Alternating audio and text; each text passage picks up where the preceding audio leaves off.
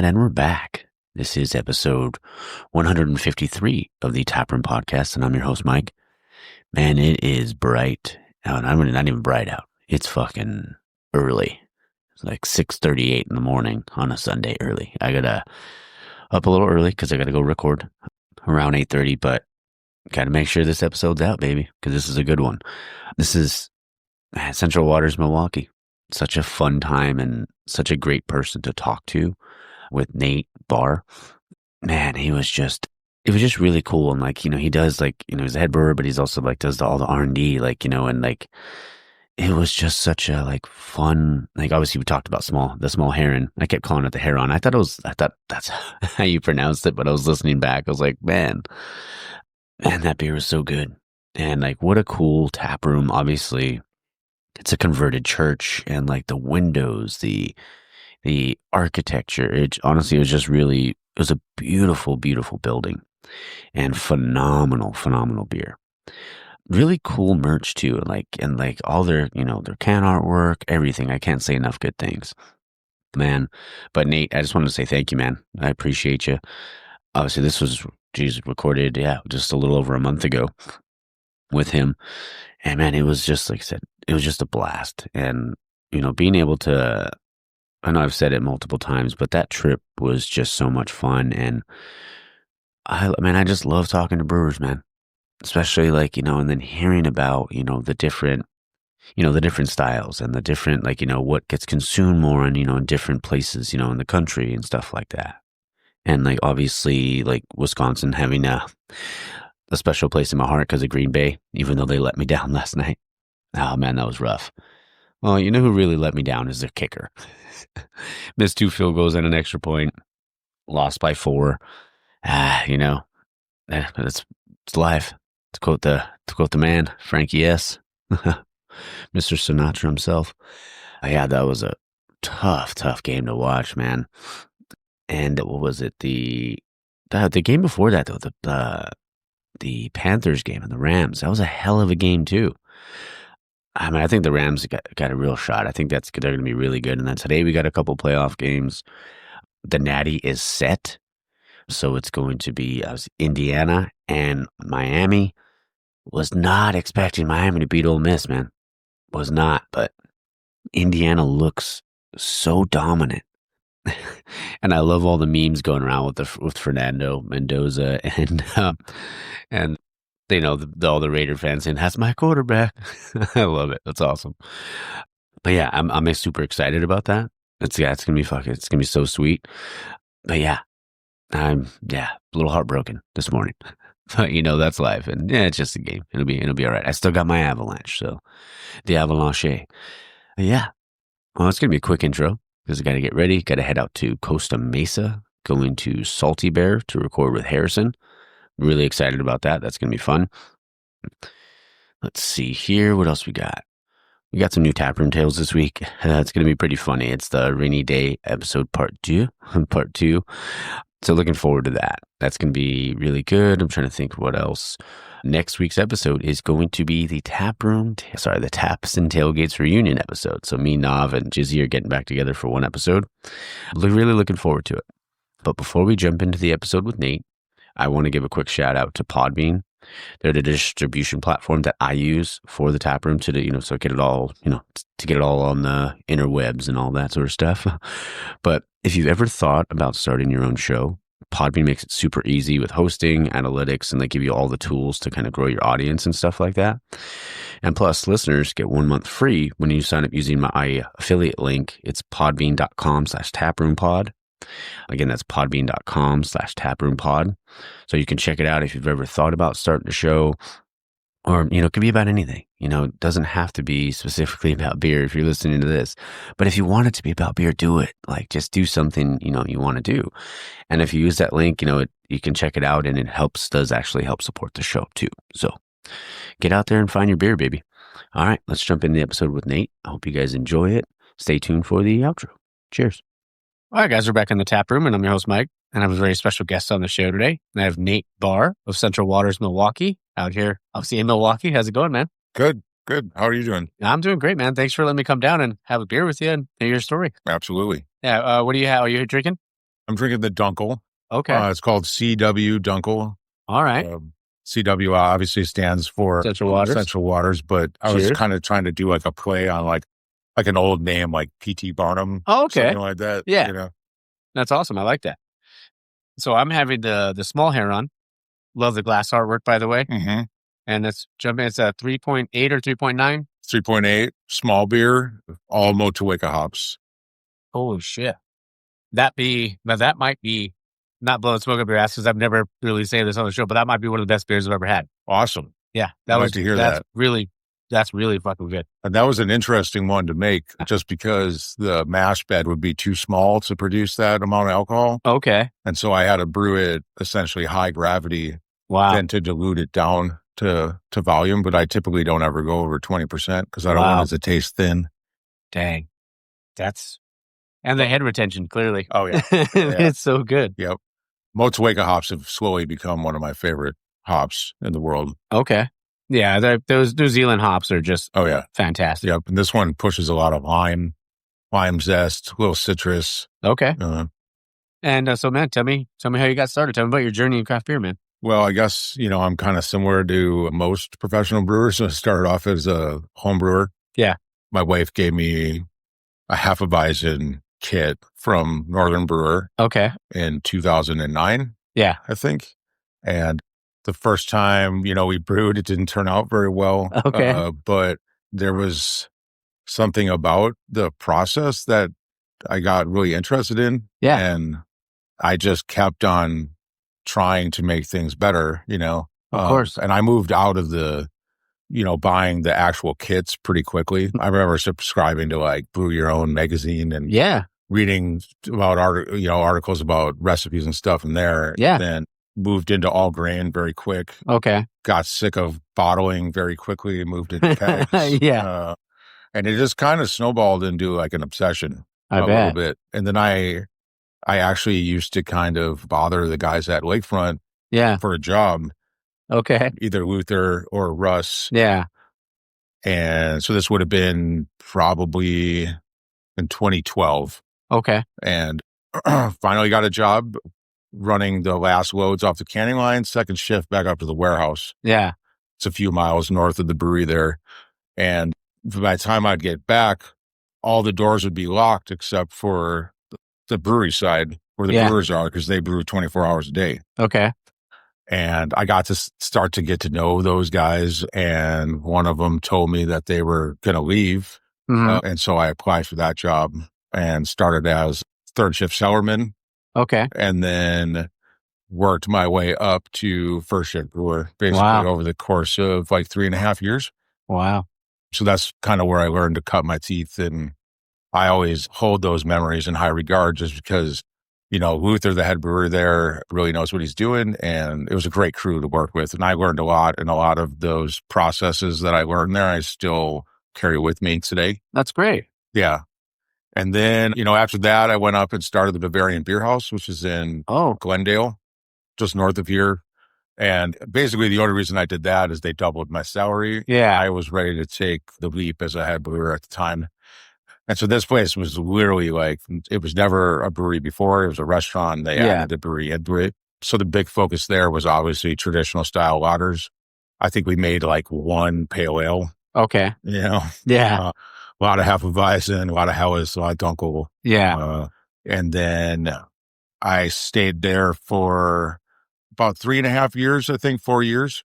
Okay. And then I kind of wanted to get back into large scale production brewing.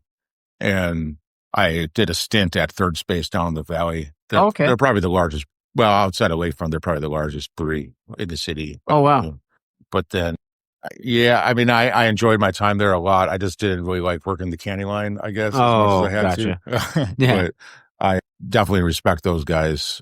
And then I took the leap into installing equipment for a company called Quality Tank Solutions. They do a lot of the breweries around here and nationwide. And my job was basically I would travel out to the job site, take a look at the building, make sure the drawings matched up. Yeah. And then I would arrive with the equipment as along with other guys, and we would kind of get everything placed. So then I would do all the wiring. Yeah. And pneumatics or anything that needed to be done with that. And then I would stick around or come back later for commissioning. Okay. There was a lot of travel. I got 2 kids. Oh, okay. And so I was kind of missing too much. So yeah, I ended up having to get out of that. And then I was lucky enough to land this job here, which is the coolest brewery job I've ever had. Just That's because of, I do R&D. So it's kind of like a really fun playground to work. Yeah. And I love that part too, because it's like, I know this is something I was going to ask you later, but like balancing like with R&D, like balancing the creativity and consistency with the brewery, because obviously they all have their cores and stuff like that. Mm-hmm.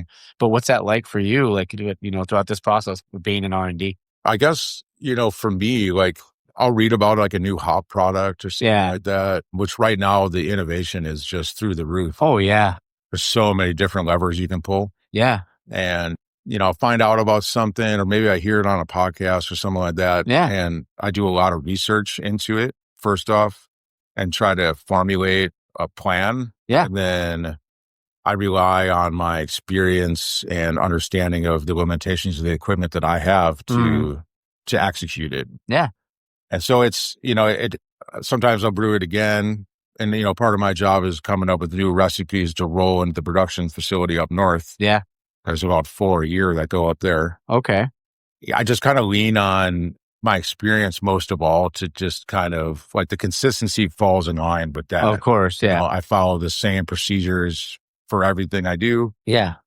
Sometimes I'll change up the dry hop sequence just based on like maybe I read something somewhere and I'm like, I'm going to try that. Yeah. And everything I do is essentially a learning process. Of course. And I think that's the biggest part of why I love this job is that like I'm getting fulfilled with by curiosity. Yeah. And I love being able to execute it at the same time, but then drink a high quality product in the end, 100%, man. See people enjoy it, it all makes it worthwhile. I know. And what was that like for you? Like the first time you saw like somebody like enjoying something that you brewed? I mean, it was great. It's a great feeling.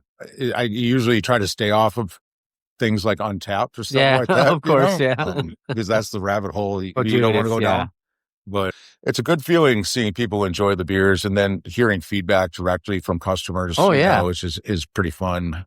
For me, I think with beer, I'm kind of a perfectionist. So like, it's never quite good enough. Even if it hits, I'm always like, it could be better. Oh, dude, it's funny you say that. I was talking to Russ a little bit ago, and that's exactly what I told him. I said, that's why I love talking to brewers, because it's never good enough. Never good enough. So you can make the best beer, you can metal, you can do all that stuff, but it's never good enough. No, and I'm always thinking like, well, what can I change to make this hit harder? And, how can we make this happen? Or like color or whatever. Yeah. And there's always a new, like, obviously, like there's the different styles that we have like that, but there's always a new way to try to make something. And that's why I love it, because it's a creative process. It's like, that's why, like, don't get me wrong. Like, I do love some of like the really big production breweries and stuff like that. But like, I love the creativity behind it. Oh, for sure. Everybody wants, like, they're striving. Like, you could have they could be at one brewery and then another brewery brew the same beer, same recipe and everything like that, different system. Always and it comes out different. Yeah. Every time. Yeah. And that to me, that's wild, right? Yep. Like, or you could get a hop from, one part of the country and then like go the same hop in another part of the country and completely different flavor profile. Yep. Yeah. I think 100%. It's so cool. Mm-hmm. Yeah. Yeah. And there's something to be said for production brewers. I mean, I always really enjoyed doing that. Yeah. You just kind of hammer out the same stuff and it's just perfect, It seems like the guys that are probably having the most fun in those large breweries are the guys that are running the pilot system. Oh, I love it. Yeah. I love it when a brewery has a pilot system too. To me, that's because then I'm like, if I see that, I'm going to ask them questions about it, because it's cool because you can have your cores, but you can just try to make something different too. Yeah. Just make a one-off and see if it hits, maybe you never know. You might keep it within the fold. Yep. Yeah. I love that. And were there like brewers or breweries, obviously, like growing up, like, starting out homebrewing that maybe influenced you? Oh, for sure. I mean, Lakefront was my favorite, being a local guy. Like, I lived in the neighborhood just north of the brewery and you used to go there all the time. Okay. They run tours every day. Yeah. It used to be all you could drink. And that's like a really poor 21-year-old. Yeah. We used to love going down there just to get free beer, basically. Oh, yeah. and always loved the beer for sure. So they were a big one for me. Nuclearis has always been dear to me just because they're like, their quality is just through the roof. Yeah. Everything they do is just so good. Love it. And then, more recently, I would say I've been really inspired by breweries like Other Half. Oh, yeah. New York. Yeah, for IPAs. And they actually have a new place down in Chicago too. Yeah. That I haven't been to yet, but that and, like the Beer Stop Lager House in Colorado is like one of my all-time favorites. The slow pour pills. Yeah, it's like one of the first places I go to every time I go to Denver. Yeah. Yeah, I mean, locally, I think, Lakefront was probably the biggest influence on me. Okay. I love it, man. And what's maybe a couple things, like a couple of your favorite things that you love about the Milwaukee craft beer scene? The Milwaukee craft beer scene it's fun. It's both, friendly, but competitive. Of course. At the same time. Yeah. Which is really great. I mean, I know a lot of, brewers at different breweries around here, and we, people try to hang out as often as possible, but it's a really inviting beer scene. That, if you're ever missing some ingredients or something like that, people will help you out. Yeah. Which is pretty common anywhere. Yeah. It's the whole thing. I feel like everybody in the city wants all the other breweries to succeed, because it's kind of like, you want to prop up the whole ship. You want everyone to do 100%. Really well. Yeah. You don't want necessarily like try to beat everybody all the time. Yeah. But I mean, that's what's so great about this industry. Like everyone wants, like, was it a rising tide? What's the rising tide like shaves the ship or yeah, whatever. Something like that. Yeah. we know what we're talking about. No, but that's great. Yeah. Like, like some breweries, like they'll have identities, right? They'll have like their specific, like Beer Stop, and known for their lagers. Yep. Do you feel like, obviously, like you being a part of the R&D side too, like what's like, do you feel like Central Waters has their like a specific beer style, or is it just something that you like you want to make everything? Well, I guess, being two different breweries. Yeah.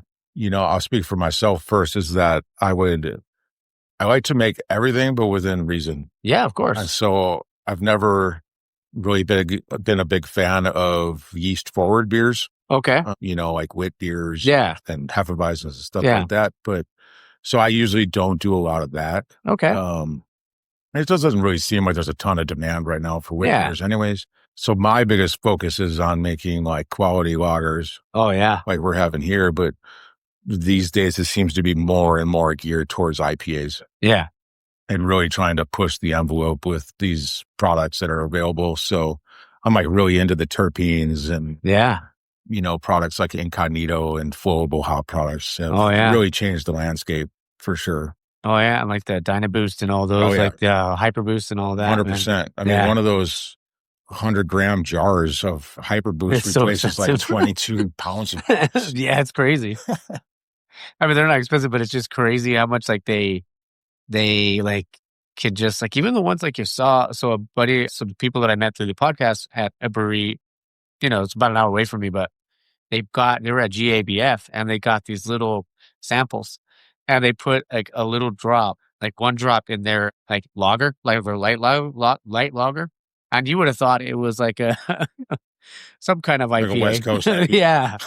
And I was like, damn, it tasted delicious. But I was like, dang, you don't see that. Like, I mean, it's just crazy how innovative the industry is now. I mean, it continues to grow. So they continue to make new things. Yeah. And the cool thing, is, they are expensive products, but you'll see those gains come back and yield tenfold. Yeah. I mean, and that's like when you're like, even like something like GABF, do you guys send stuff every year? I don't think we do, honestly. Okay.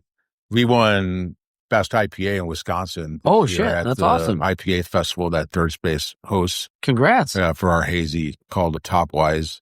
Okay. Well, it doesn't seem like as a whole, like we're super geared up for like metal farming. Yeah. In my opinion, the GABF it's a packaging competition. Oh, it is 100%. It's how did you get that stuff in cans? Yeah. I know a lot of breweries will make batches specifically for competition. Yeah. And then, if you look at the winner list a lot, it's a lot of breweries that are pretty close to the drop-off spot. Yeah. They're able to handle all that stuff. Yeah. It makes sense. Yeah, because it's just going to be sitting there for how long? Yeah. So yeah, totally. It's tough. Yeah. But, the guys up north, I mean, our bread and butter as a company, I think what we're most known for is the barrel-aged stouts. Okay. We release a lot of them a year. Yeah. I think gotta stay warm. We might have the largest independently owned barrel program in the United States. Dang. Because Goose Island got bought. Yeah. Founders got bought. Yeah. Just leaving us, I think, in volume. And the warehouse up there, the barrel warehouse it's huge. Oh, I bet. Yeah. They got hundreds and hundreds of barrels up there. Who's a big one too? It's Boulevard in Kansas. Yeah. I got to record with them last week when I was out there. Mm-hmm. Man, it was brewery.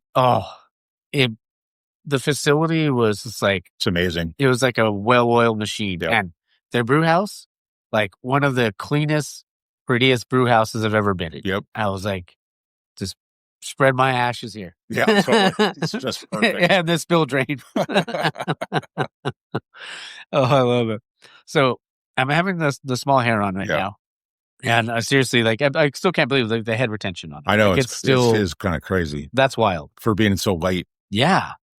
Behind the beer names. So I'm curious of like the different names that you guys have, but like the Small Heron, where did that come from for you guys? So I'm sure you'll see here on all the posters. Oh, yeah, I get that. The Heron is definitely part of our branding. Yeah. And then Jordan and I, the guy that came up here before, he does all our label design. Oh, okay.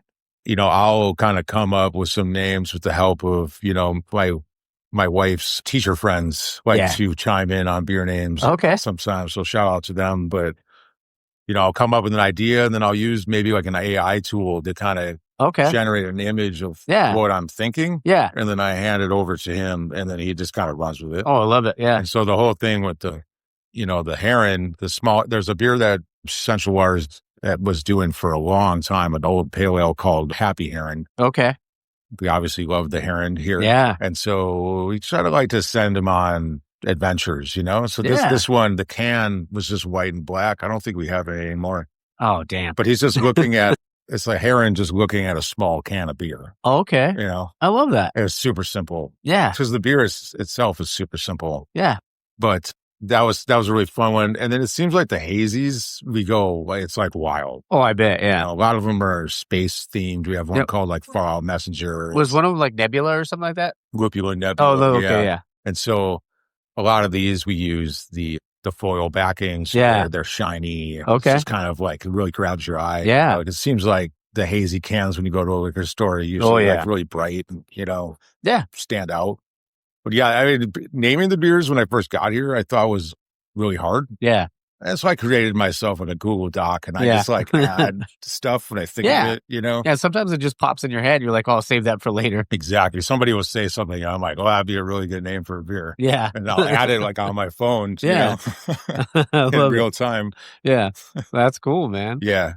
It's a pretty fun process. Yeah. Yeah. And like you were talking about can artwork too. Like that's so important because so at least especially in California, like there's so much saturation, right? Oh like, there's so many breweries. Like Yep. you throw a rock and hit 12. Yeah. I feel like, but with all the people that can and all that, it's tough to like separate yourself. Like, because I mean, there's such great can artwork, but that's where the can artwork does come in. Because if you have something out there like, oh, that stands out, and they're like, I'm going to try that. Yep. Yeah. Yeah. And for us right now, our system is basically, we rely on idea, the concept, and then the recipe and the name and everything. Yeah. And then we just kind of run with it. Like, I'm not a gambler outside of here. Okay. In general, but like, I have a tendency to take risks here because I feel confident in, all those things, the concept, the recipe. And your ability for that matter. Yeah. So what we started doing is kind of going all in on these things, and we'll run larger label orders to, save money on the printing costs. Yeah. And then with the anticipation that these beers are going to hit. And so we'll plan on basically making 2 of them a year. Okay. And that is part of that R&D process too of, brewing it. And then maybe you want to tweak something about it. So then that second iteration is, going to be better than the first one. Of course. And then over that course, then we're like, all right, cool. Now we already have the name, the idea, the recipe for the beers to scale up. Yeah. Up north. Okay. I love that, man. Yeah. It's to me, it was a lot easier than the constant new names and new beers like over and over and over again. I would rather make these things a couple times. Yeah. The one that won a medal is, I think, the 8th iteration now. Wow. And to be honest with you, I've changed it every time. Okay. Slight tweaks. It still has like its base, but I was always like, oh, maybe we'll throw some like Nectaron in here, like Motueka, and really try to kick up the aroma, and maybe we'll try terpenes and stuff. And I'd say, like, I'm not trying to sound like a dork or anything right now, but like just seeing, like, you could hear the passion behind your voice, but you could see it in your eyes too.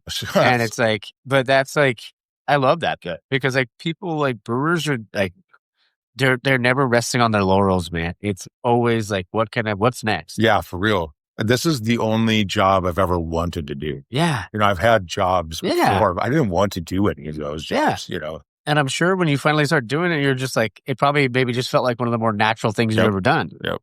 Like you were meant to do that. Yeah. And I love it. It's fantastic. I'm sure I will forever. Yeah. My body will give out before my mind. Yeah. So I was going to ask you what the first beer you ever brewed, but I know that was like the Hefeweizen. Yeah, the Hef. What was your first like pro beer that you did? Professionally was probably like River West Stein at Lakefront. All right.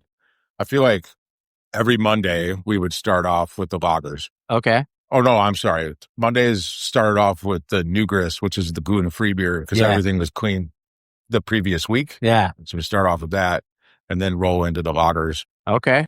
There's probably, 2 or 3 of those in succession. But, the Stein beer was 4 turns. Yeah.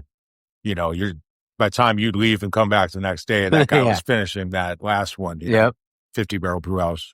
So I'm almost 100% positive that was probably relatively easier to brew. It's all tiled in. So I think that's probably where they would have started me. Okay. Love that. Yeah. Next one's called the 4-pack. So it's a 4-pack of 4 questions. Next one is, what's one beer that never leaves your fridge because you're just always restocking it? Well, the funny thing is my fridge, I hear a lot of brewers always say like Modelo or, of course, or something like that, which I would love to say, but that's only partially true. Okay. It's kind of a revolving door. All right. I have a tendency to take stuff home from here to have, give to people to try, try to get feedback and stuff like that. Right now, I have a lot of our hop water in the refrigerator. All right. Because it does satisfy the itch. Oh, yeah. But I mean, we just did our flights. I went to visit my grandpa in Phoenix for his 90th birthday, and our flights kept on getting canceled. This is when, the TSA was like, whatever, Yeah. And so we literally drove home got a different rental car and drove home with our kids, And wow. How long was that? It was, 30 hours or something. It was crazy. But we made the best out of it. Yeah, of course. So as we were driving through places like Albuquerque, we'd stop like a liquor store and grab some local beers and stuff like that. Yeah. So that's what's rocking the fridge right now. Okay. Yeah. Yeah, my cousin's is actually here with he's from Phoenix. Okay. Yeah, so he flew out from Phoenix. I flew from LA. We just met at O'Hare. O'Hare. MDW? No, Midway? I think it was Midway. Yep, totally. Yeah. On the south side.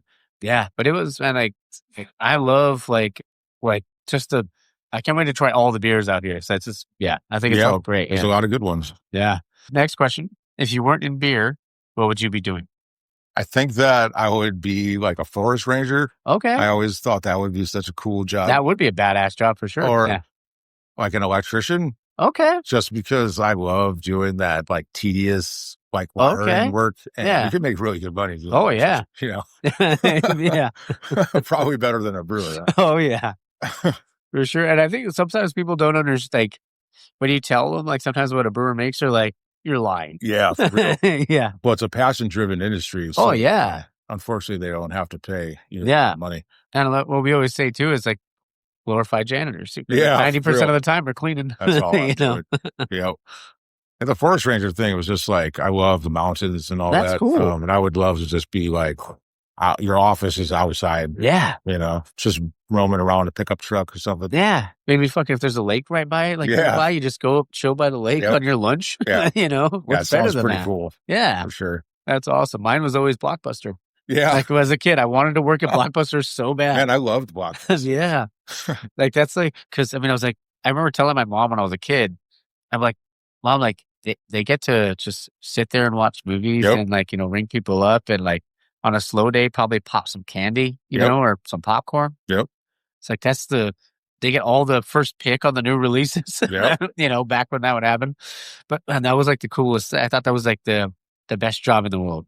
That's awesome. Yeah. It was either that or like maybe I would do like if I was like own a comic book store because I've been a comic book nerd since I was like 4 or 5 years old. Yeah. Yeah. That's funny. I always think of the comic book guy from The Simpsons. Oh, yeah. That'd be me. I'd be like, yeah. I'm going to say I've never stolen a comic before. Maybe once. Yeah. Maybe once as a kid. Just to see if I could get away with it. Yep. Next question is the third question on the 4-pack. If you could collab with any brewery in the world, who is it and what would you make? I would want to do something with Augustiner. Okay. In Munich. All right. I've been lucky enough to go there. My wife and I went to Munich for, I think, our 10-year wedding anniversary, maybe. Okay. But it is such a cool place. Yeah. And, the Augustiners, there's a few of them in Munich. I mean, they all are serving the same beer. And yeah. I've always been really intrigued by the German breweries that are just like, we have a light one. Yeah. We have a dark one. Yeah. And like a Hefeweizen. Yeah. Maybe a Pilsner. Yeah. Which would be a stretch.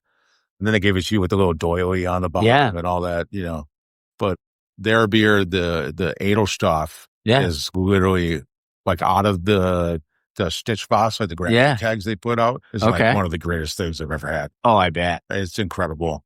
And then people wonder why they can drink so much because like they're drinking like 2.5%, 3% beers. Yep. And they crush them all day. Well, they're meant for that. We're meant for the beer garden and people hanging out and stuff, I remember we went to the big park in Munich and there was all these locals that had like a milk crate full of the returnable bottles from some local brewery. And there's a river that runs right through there and it's generally very cold. Yeah. And so all the people, they're having their little picnics or whatever, and they put the basket, milk crate, like in the river for the beer to stay cold. Oh, wow. Cooler. That's awesome. And then they take the bottles back to the brewery. That's fucking cool. Yeah. I love that. Such a cool place. I mean, I would love to just to see how they make beer. Oh, yeah. So I would make anything they wanted to be honest with you. You tell me. Yeah, for real. That would be such an honor. That's so cool, man. Question number 4. What's a guilty pleasure you secretly love or not so secretly love? I'm a big Fish fan. Okay. And have been. Like the band. Yeah. Okay. Hey, nothing wrong with it. Since high school. Okay. My core group of friends and I, we've been, hanging out forever. And, yeah. I still, I'm 44, but I still go to like 4-night runs. There you go. I'm really tired for like a week after, that I love hiking. Yeah. So I like to do around here, the big hiking trail is the Ice Age Trail. Okay. It's like 1,500 miles, something like that. So I'm trying to knock off a lot of those segments slowly. So I typically go with my one daughter or just the dog. Okay. And then I love like peppers. Like okay. like spicy peppers? Yeah, like Hatch chilies. Oh, Fresnos, yeah. like all that kind of Anaheims, I love spicy food. Oh, same. So like I love chilies. Yeah. I don't know. I don't eat it as often as, but I still eat spicy stuff, but I used to just want to like punish myself. Yeah, me too. Yeah. For whatever reason. I don't know. It's just, it makes you feel alive. Like one time I'll tell that. I don't think I've ever told this story on the show, so I'll tell you. It's a spicy one. Me and my brother, we were growing ghost peppers in the backyard. Mm-hmm. So we dried them out, whatever, chopped them up or like dehydrated them. Sure. And then chopped them up. And we were making a ramen. So we're like, all right, well, we'll just throw those in there while it's boiling, do all that, and be fine. So we did that, but also doing a shit ton of hot sauce. We bought spicy ramen already. And then doing a shit ton of like different, like I think it was like scorpion pepper hot sauce. We had the dried ghost peppers in there. And you had to have enough broth in there to make sure because and my brother was smart about it. He was kind of drinking it while he was eating. I ate all the noodles first and then chugged the rest of it. And you better do a 5-minute afterburn. So we couldn't have anything to drink after. It was rough. And I was like, well, afterwards, I was like, you know what, bro? It wasn't that bad. It was hot. It was, don't get me wrong. I'm not trying to sound like a badass. It was spicy as shit, but it was good. But the next day, I was like, hey, brother, are you awake? Because I rented out a back house, and I texted him, I was like, hey, brother, are you awake? Do you want to go get breakfast? It's on me. And it hadn't hit me yet.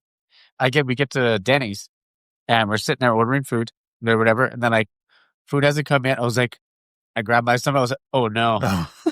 It's happening. Yeah, I was like, it's happening now. So I destroyed that bathroom.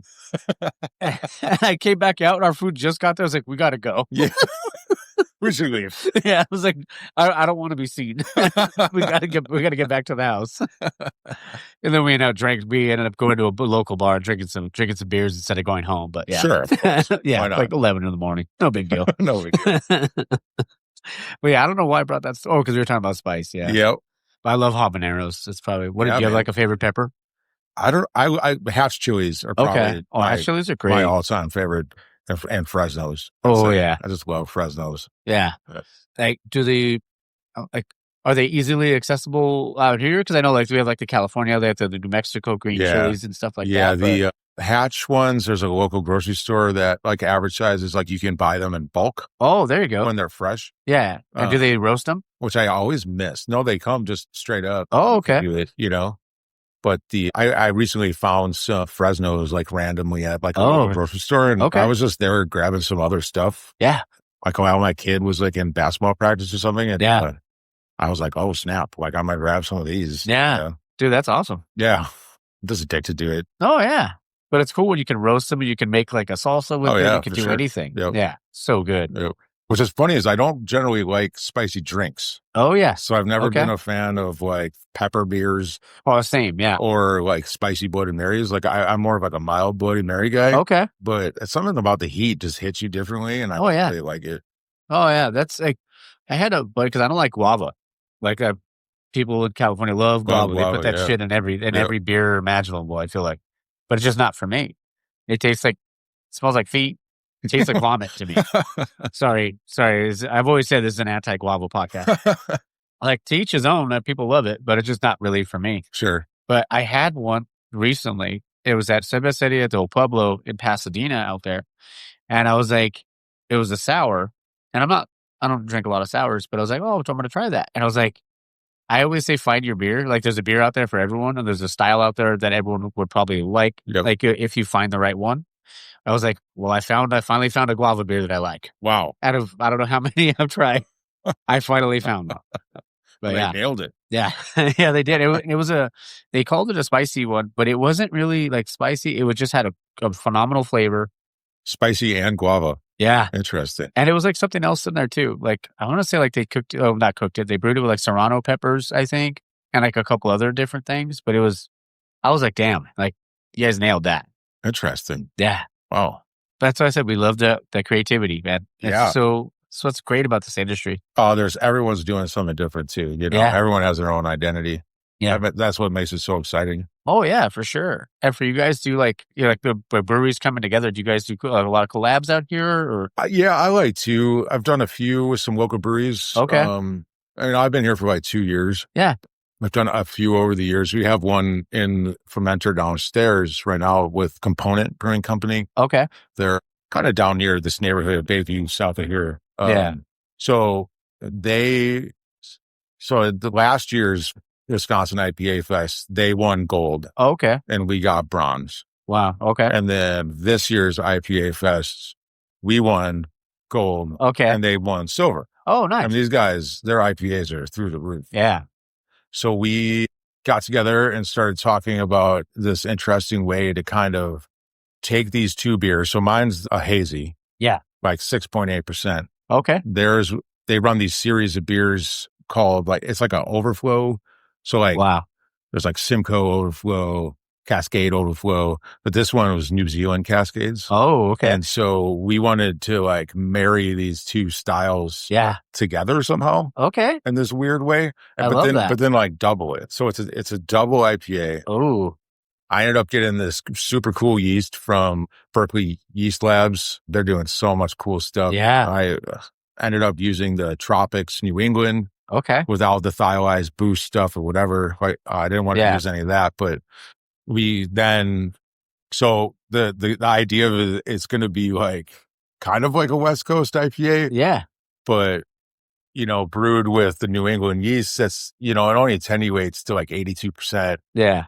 Which is, it's pretty good. So we wanted it to be like dry, but like juicy at the same time. And then we married the dry hop together. Like the two beers combos just really work well together. Yeah. Anyways, like I think mine's like Strata, Nectaron, two great ones, and Citra.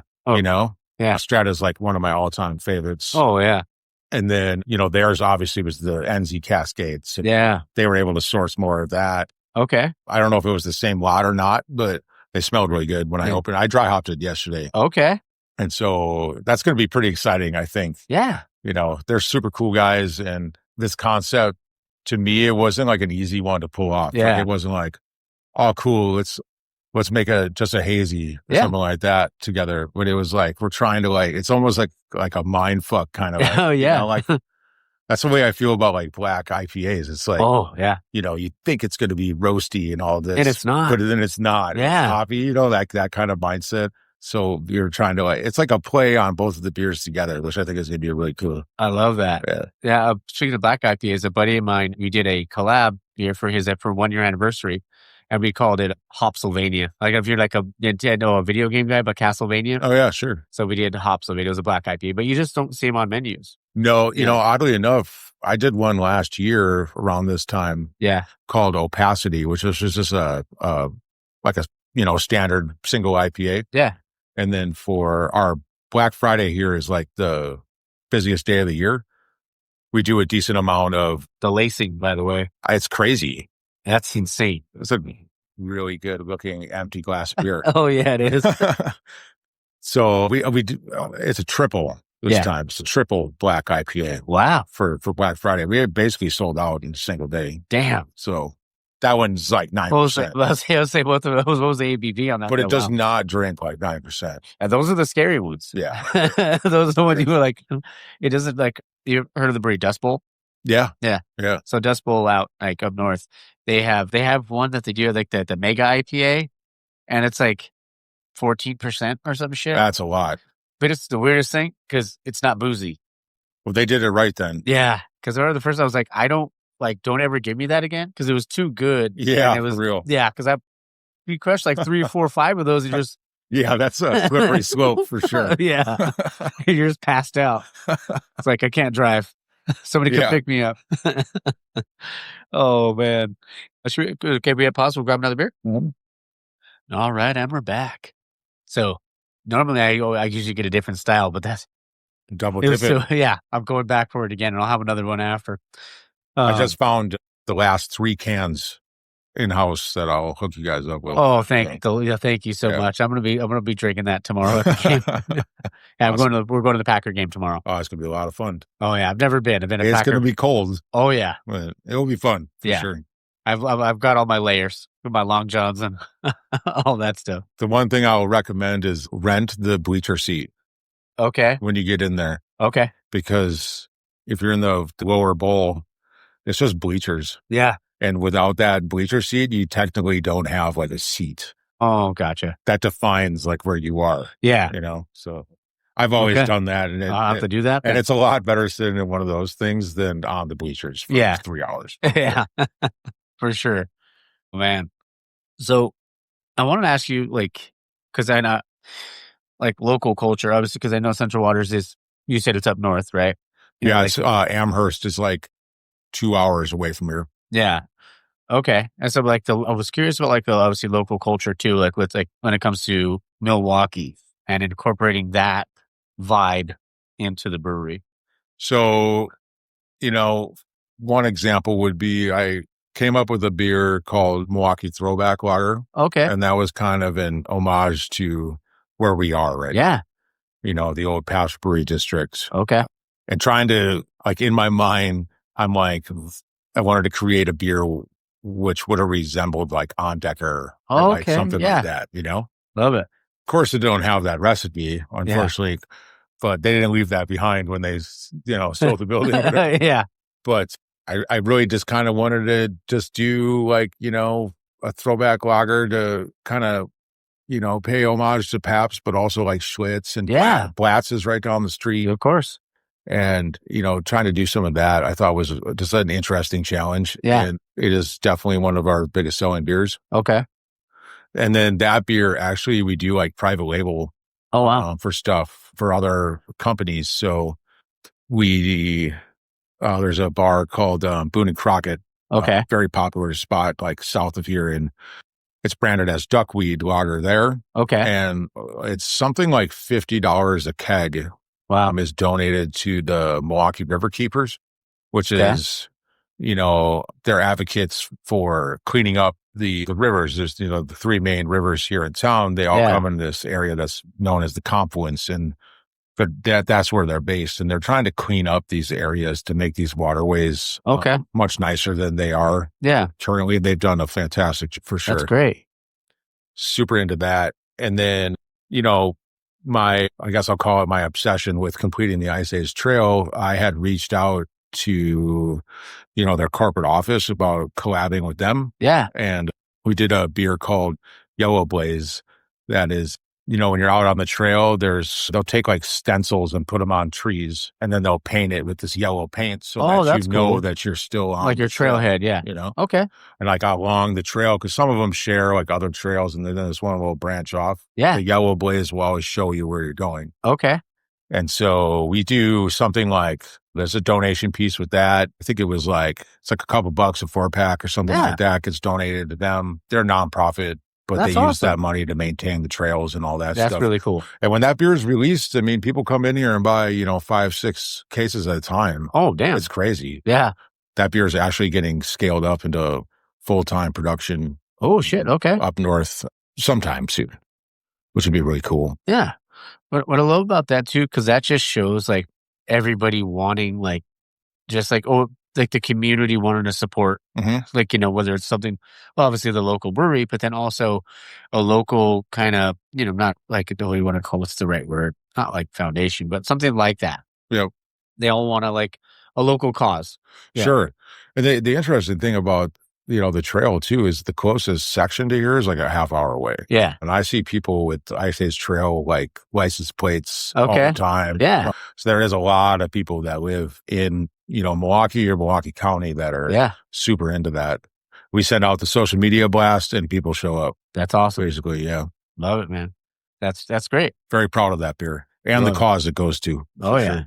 Next one is a memorable brew day or like a fun brew day, or it could have been just a long brew day or the worst brew. The question used to be, what's the worst brew day you've ever had? Well, in my mind, the most memorable brew days are the worst brew days. Yeah. The ones that go really well, you typically don't remember. The 16-hour days. Yeah. So, I mean, I've had a lot over the course of the years, but rice hulls help in general. Oh, yeah. But for some reason, this system here cannot handle rye on like any level. Yeah. I mean, I'll use a beta glucanase enzyme, smash in lower to help with that. Yeah. And try to do all that. And it turns into an absolute nightmare. Like there has been 2 times, because there was a seasonal rye lager when I started here. Yeah. And that was like one of the first brews I made. Yeah.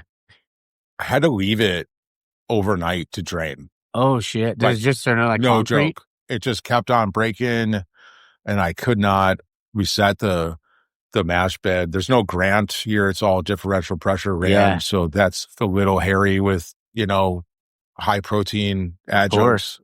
But yeah, to have to leave the brewery, not only deflated because you didn't get anything out of it, but there's no yield. But the fact that you have to then clean this shit out the next day is like even worse. You're like, I don't want to. Yeah, it's just awful. It's just awful. There's just so much water in it, know? Wow. Yeah, so that is probably like the most recent one. I try to do like a imperial rye IPA for some barrels, and I did. The first one was an absolute failure, but I was able to get some out of it. Okay. And then I turned it into like a different thing. I think we added like coffee to it. Oh, okay. And then I did it again, and I was able to fill said barrels. So, but after that experience, even that was a pain in the ass. I bet. I was like, I had more rye left over because I don't think I even added it in the second batch. And I sent that shit up north. And I was like, I don't even want this in the building. It's not allowed here. Get the hell away from me. I love rye. So I don't want to look at you. Yeah. No, you're out. You're not even allowed in here. Get the fuck out. For real. Terrible.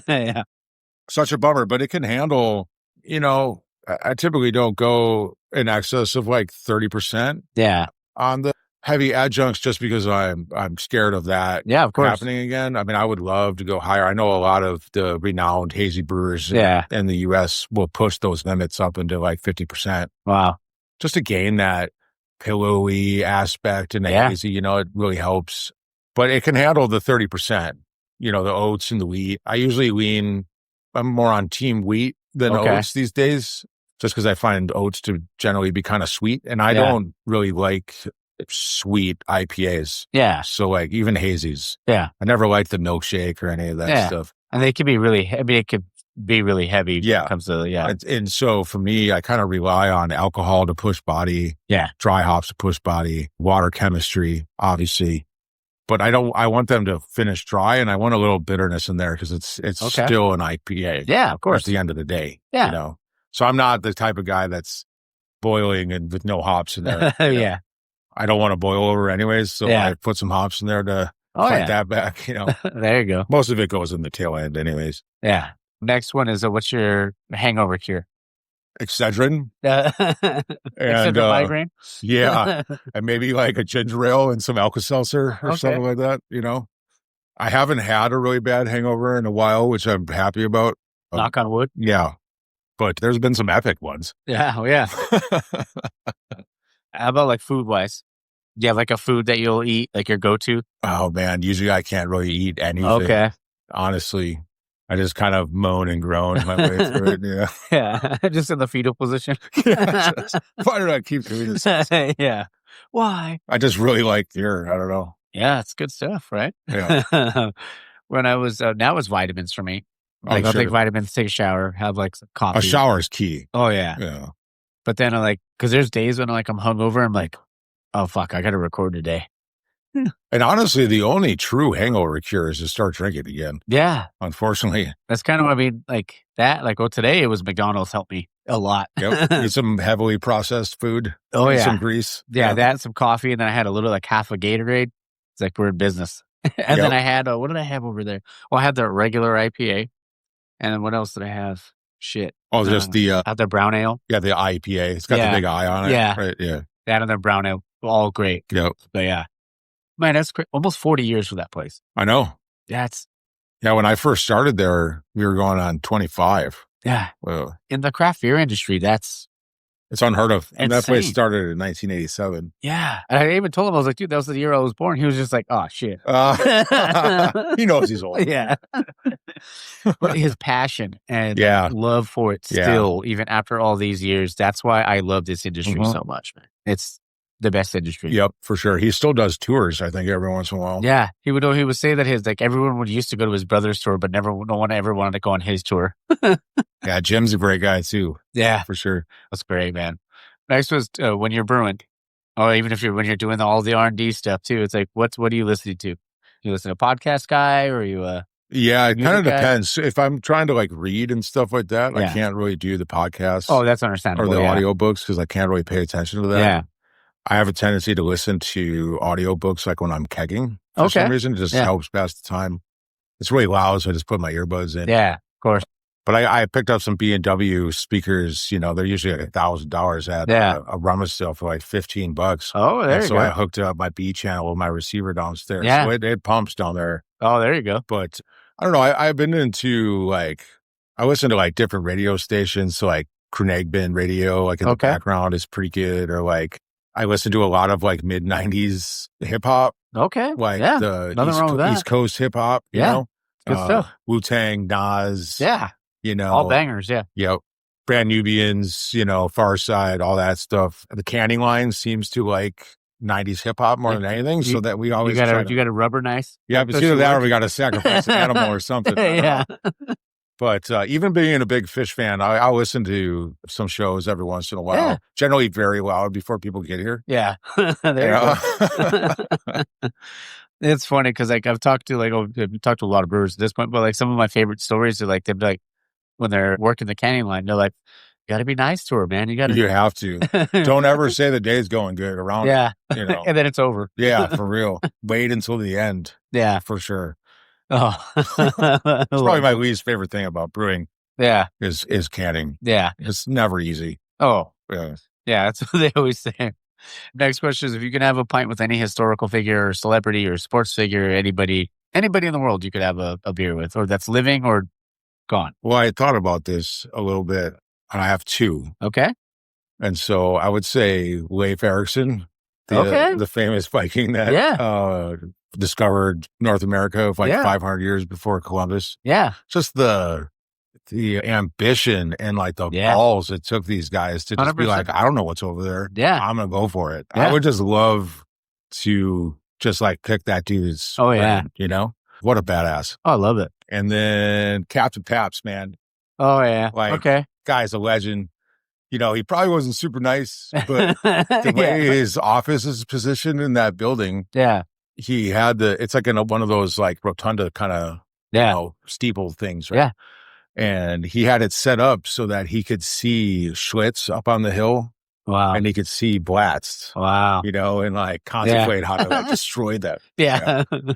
The beer barons were pretty hardcore. Oh, yeah. You know, he also has this famous quote I saw somewhere where it's something to the effect of like, no man should have more than 40 to 50 beers a day. Yeah. Like 40 to 50 ought to be enough. Something like that. I'm like, yeah, dude, even when they're 2% or something like that, like 40 to 50 should be enough, honestly. But I just see him being one of those guys like, you take a sip of beer, you look at him and his glass is gone. Yeah. You know? Yeah. So he just seems like he'd be like a really cool guy to, you know, to have at least one beer with. Oh, you know. For sure. Guy's a legend around here. Yeah. And speaking of legends, like what are your Mount Rushmore breweries? So, dude, there's two lagers. Okay. These are only American breweries just because, you know, the German guys are like on a whole nother level. Oh, yeah. You know? But I would say, so the lager breweries first would be Bierstadt Lager House. Okay. And Goldfinger. Oh, outside of Chicago. Yeah. Now, you know, they basically run, you know, I know Goldfinger doesn't do the same decoction craziness as like Bierstadt does, but he does do all that as well. But their beers, I mean, those lager beers are the best lagers that I've had outside of Europe. Yeah. To be honest with you. They're just so good. And then the IPA game, I would say Other Half and Russian River. Oh, yeah. Like Other Half, those breweries in particular are like, there's a lot of times that you hear about a certain beer or whatever, and there's all this hype, and then you drink it, and you're like, eh. Yeah. But like, I went to the Other Half in Philadelphia. Yeah. And I was blown away by these hazy IPAs. Yeah. And, you know, I'm more of a West Coast IPA guy. Same. Specifically like San Diego style. Oh, yeah. The way those are going now, like ultra lean and bright and that. Love that. But these were by far the best hazies I've ever had. And every single one I tried and bought all lived up to it. I love it. And my experience with Russian River is smaller, but just because it's like impossible to get. It's hard, yeah. But I've had some opportunities where, you know, a buddy of mine has like a guy out west that they'll like trade beer, you know? Yeah. And he has over time gotten me the one that's like with a pig or whatever. Oh, blind pig? Yeah. And amazing. Oh, yeah. But then the bottles of Pliny. Oh, yeah. You open that and it is the best IPA in America. Yeah. Like it lives up to every ounce of hype. Even after all these years. Yep. It's still like. And I know they've tweaked it over time, but like it's perfect. Oh, yeah. Even then, like if I see it at like, because I mean, it's still not easily, even though I'm in California, it's not easily accessible all the time. But when I see it at a bottle shop or anything like that, like, I'm going to get a Pliny. Oh, you have to? Yeah. I don't know if I could leave that place without it. Oh, yeah. You got to have the older, but I like the younger too. Yeah. Yeah. The younger's good That's too. the big one, right? Yeah. Never had that one. Yeah. But yeah, not easy to find. Yeah. No, I thought about that a little bit because, I wanted to just show both sides of the coin. Like, of course. There's got to be the lager guys. There's got to be the IPA guys. Yeah. And that's the thing. Like, this industry is like, they're still innovating. Like, no matter what, like, there's still places you could go and like, I tried this beer and I told you it's one of the best beers I've ever had. And appreciate that. Like, you never know. Like, there could be like, you go to some random city in a random place or a random state or whatever, and you can find great beer anyway. Yep. And I love that. Yep. Like, there's not an industry that else, like, there's like, you can find wine and all the other stuff, but like the collaboration, the want for everyone to succeed. Like we said, rising tide save whatever it was, whatever we said earlier. Saves the ship. Saves all ships or whatever. But I love that, man. And I think it's... Yeah, I just think it's a great job. It's all you need is a good brewer. Yeah. Ambitious. Yeah. Curious. Yeah. And let that, like, because I mean, I've been to some breweries where like the owner is just like, oh no, you got to do it this way, or you got to do it that way. But let the brewer do his thing. Yeah. Let him cook. Yeah, for real. Yeah. Yep. Like, let him like be same creative. thing with chefs, Yeah. Yep.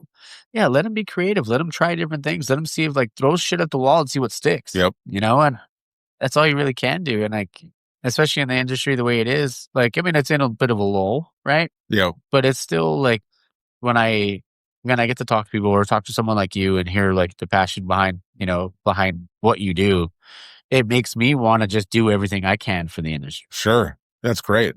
Yeah. Yeah. Sorry, that's my TED Talk. Last two questions. The second to last, if you could bring something back from when you were a kid that's not around anymore, what would it be? G.I. Joes. Oh, there you go. All right. I mean, G.I. Joes. The cartoon, the TV show, TV show, the little toys. PSA at the end of the episodes. Oh, yeah. All that shit. Like, I love that. Oh, yeah. I remember I wasn't like the biggest G.I. Joe fan, but I remember watching it because they introduced Sergeant Slaughter as one of the characters. Yep. G.I. Joe, I was like, that's so badass. Yeah. Because I was such like, with the mustache and everything. Yeah. Yep. Like, we're such big wrestling fans. So, like, even now, still watch it. Sure. But yeah, like, he was actually just at Raw a couple weeks ago, or like a week ago, right? Whoa. Yeah. But yeah, it's, I've been at one of the two WrestleManias, but one of them was like, I got to see like, was he in Santa Clara at WrestleMania 31? Sure. That was a fun.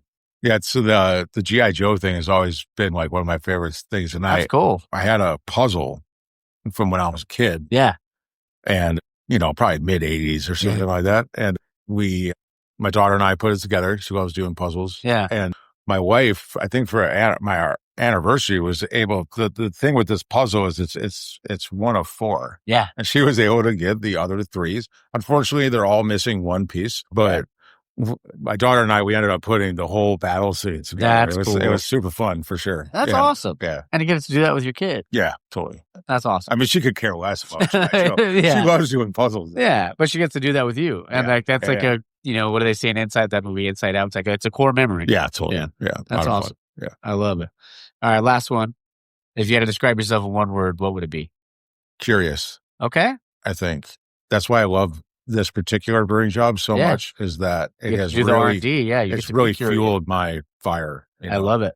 So I have like 2 key books downstairs that I always return to gain, insight. I think the one is Modern Lager Beer. Yeah. It's a recent BA publication, and the new IPA by Scott Janis. Okay. Kind of really changed my mindset on what IPAs are and what they can be if you really focus the science behind it and you adhere to these.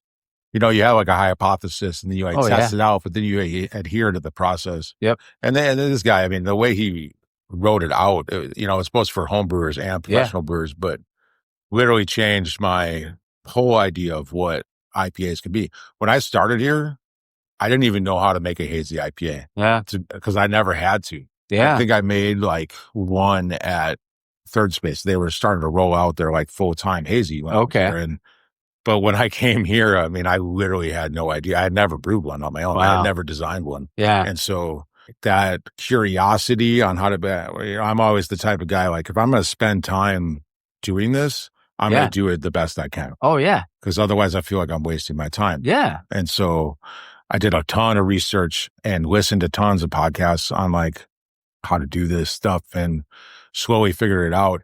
And that just honestly sparked something in me. Yeah. Like, especially now that it won, and it was like, it just turned something on in my mind, right? I'm just like, I want to gain even more and more knowledge. Yeah. And that's the cool thing about this industry is even though I've been doing it as long as I have, there's still so much to learn. Yeah. And people are changing the game. Oh, yeah. And I'm interested in what they're doing. Yeah. And I find a lot of inspiration in what other brewers are doing. And then I try it out myself. Yeah. Like I'll look at like who won gold medal at like the GABF this year. Yeah. And then I'll look at their websites and be like, oh, interesting. Cool. Okay. Like some people play it pretty close to the vest. Yeah. Other brewers are pretty open Yeah. about what they're using. And I'm like, well, that's an interesting thing. Like, yeah, maybe I should like think about that a little deeper. And, but yeah, I mean, curiosity, I think, is an important thing to have in your job. It keeps things fresh. Of course. I'm never bored. Yeah. That's great. And that's the best part. Like you get to come here and do something you love and then also just try new things all the time. Yeah. It's unfortunate that I never think anything is good enough, but no, but that's okay though. Because like, it's still like, you just want more, like you're striving for more every single day. And there's so many people out there, like now we're sitting on the couch with Mike. We're like, not to sound like a therapist, but like, there's so many people out there that are just content. Yeah. And they don't want to, they're content about complaining about their job every day. Totally. Yeah. They're content about just living for the weekend, man. Like, dude, get out there. And there's something out there for you. It's just a matter, like I say, find your beer. And it's a metaphor, obviously. It's like, but like, yeah, get out there, try to find a beer you might like, because there's a beer out there for everybody. For sure. But it's about finding something you love in life, not wanting to let it go, and wanting something in life. Like find some way to supplement your happiness. Yeah, totally. Anything. Whether if you like hiking, you like photography, or you like brewing, try homebrewing. Yep. Like one of my favorite things, like through this whole thing, is I've had a couple people some people walk up to me randomly and brews are like, just so you know, like I quit my job because he. Like, well, hopefully you had like some money. Yeah, for real. Or another job. Yeah. Or like other people like, hey man, I started homebrewing because of your show. Like to me, there's nothing better than that. Sure. Because then like it just shows like if I make a difference in one person's life, then content with that. Yeah, I feel lucky to be able to do what I do. Yeah. And like where I'm able to do it right now is this is like so Milwaukee. Like I'm really proud of what we're able to do here. It keeps me coming back every day for sure. I love it, man. Well, I just want to say, Nate, thank you so much. Absolutely. For letting me come down here. Yeah. It's great to meet you guys. Yeah, and hear your story and drink beer at this phenomenal brewery. And the brewery, like on the outside, obviously the inside, it was like church vibes because it was a converted brewery. It was, but Batman vibes for sure. Gotham City vibes outside. Totally. The church, like the church vibe could be like Gotham City vibes. I was like, oh, as a kid, like Batman was my favorite. It's a cool neighborhood for sure. And it was abandoned for years. Yeah. So it's good to see the resurgence. I mean, if you look out that window right there, you can see the old silos. Oh, yeah. Oh, the ones that are, that was the old malt house. Oh, wow. They controlled every aspect of production down here. So, dang. They were bringing in raw ingredients and malting it right here and storing them in the silos right there. So cool. Oh, man. So everybody, if you're listening, or like everyone, like wherever you are, you listen, you come to Milwaukee, you got to hit up Lakefront, you got to hit up Central Waters Milwaukee, and any other places that they should go to.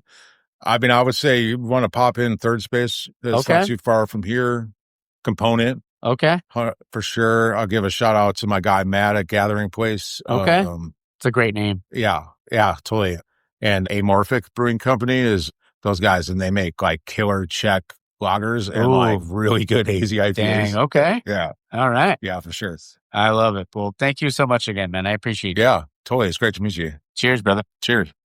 All right, guys. I hope you guys enjoyed that. Like I said, I had a great time with Nate. I'm just super appreciative being able to, sit down and have a beer with him out there. And I said, I can't say enough good things. But if you guys are ever in the area, like I know I've talked about it before, you got to go. Like, you got to check out Lakefront. You got to check out Central Waters Milwaukee. And there was some other ones. I'm trying to remember like some of the other ones we had mentioned. But man, there's so many, like, obviously beer is such a huge part of their history. And it's just a really cool place, man. And like I said, I love the architecture out there. It's freaking gorgeous. Let's see. All right. So yeah, this next week's episode is the Taps and Tailgates episode. Got some fun segments lined up for that. And then the week after that will be Salty Bear. Then I'm going to be recording. I'm going to have my buddies on. I was just on their podcast recently with the Hop In We're Drinking podcast. It's going to be a fun one. Looking forward to that. And then also going to be, might have something lined up with a particular brewery named Bottle Logic. That, yeah, I'm fucking stoked. Yeah, going to be doing that. And I'm also trying to plan something with my boy, Ricky Rivera, Mexi Monk. Also going to be recording again with Mike from Unsung, because, he's on every year. So gotta line that up, baby. Man, yeah, there's more stuff coming too. Like I've been talking to Radiant, trying to work something out there, potentially trademark down the road.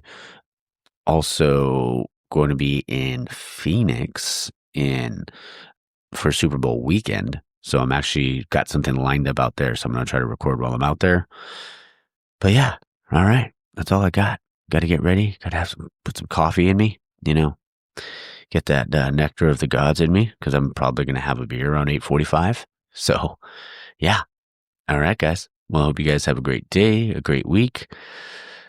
Say a prayer for your boy after getting hurt yesterday. I'm just kidding. No, but I hope you guys have a great week. Have a great Sunday. Enjoy some football. Enjoy some craft beer. Try January. Like I said, it's all in moderation, man. Come on. You can, just get out there and support your local brewery. Do what you got to do. If they have food, go order some food. Go do something. Go hang out. But yeah. All right. That's all I got. So just kidding. All right. Don't forget to support local, drink local, and find your motherfucking beer. Cheers.